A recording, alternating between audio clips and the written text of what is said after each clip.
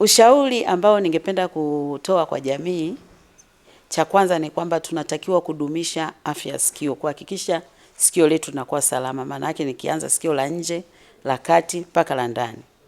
Sasa endapo nitakuwa umepata changamoto ya masikio, kama dalili zifuatazo, kwa hizi dalili zifuatazo. Moja, ukasikia masikio yako hayasikii kama ulivyokuwa unasikia awali. Unakuta watu wakiongea lazima waulize, umesema, rudia, sijakuelewa. Hiyo ni dalili mojawapo ya kwamba una changamoto ya masikio. Lakini pia mtu anazungumza ila unapata shida kumuelewa yale maneno anayozungumza. Hiyo ni dalili mojawapo ya kwamba una changamoto katika afya yako ya sikio. Lakini tunasema endapo kaona masikio yanatoa uchafu, aidha usaa nazungumza sasa hapa, au majimaji, maana yake ni dalili ya changamoto ya sikio, unapaswa kufika hospitali ili uweze kuonwa. Lakini kitu kingine tumesema masikio kupiga kelele.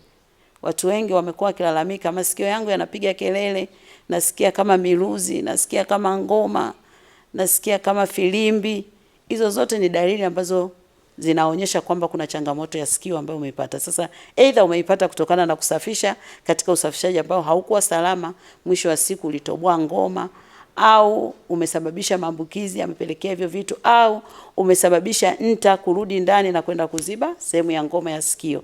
Hivyo vyote ujue kabisa nina changamoto ya afya ya sikio na ninahitaji kuona wataalamu wanaohusika na masuala ya masikio.